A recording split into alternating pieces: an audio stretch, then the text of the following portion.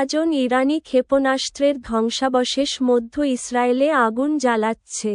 ইরানি ক্ষেপণাস্ত্রের ধ্বংসাবশেষ মধ্য ইসরায়েলের পেটাচ তিকভার কাছে পড়ে। সন্দেহভাজন ইরানি ক্ষেপণাস্ত্রের ধ্বংসাবশেষ মধ্য ইসরায়েলে আগুন ধরিয়ে দিয়েছে। শেয়ার করুন, সংরক্ষণ করুন। একই শো থেকে আরও যুদ্ধ ক্ষমতা প্রস্তাব বাতিল করতে সিনেটে জোর দিল মার্কিন প্রতিনিধি পরিষদ।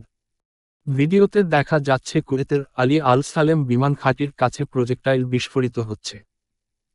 B-2 বোমারু বিমানের হামলার পর ইরানের ক্ষেপণাস্ত্র হামলা 90% কমেছে বলে জানিয়েছে মার্কিন যুক্তরাষ্ট্র।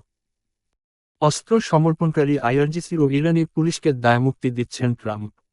ইসরায়েল জোরপূর্বক উচ্ছেদের নির্দেশ জারি করায় বৈরুতে যানজট। ইরানের মার্কিন ও ইসরায়েলি হামলার পর ভিডিওতে ধ্বংসযজ্ঞ দেখানো হয়েছে। কাতার লক্ষ্য করে ইরানি ক্ষেপণাস্ত্রের ব্যারেজ।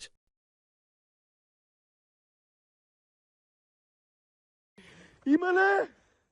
מה אני רואה באלוהים? הלך משהו ברקת. מה אני רואה? אימא'לה!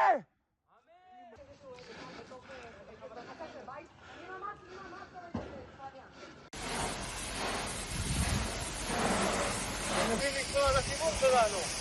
זה לא אמור להיות יותר מדי. הם אמרו שיש לו גישה שם פה האחרים.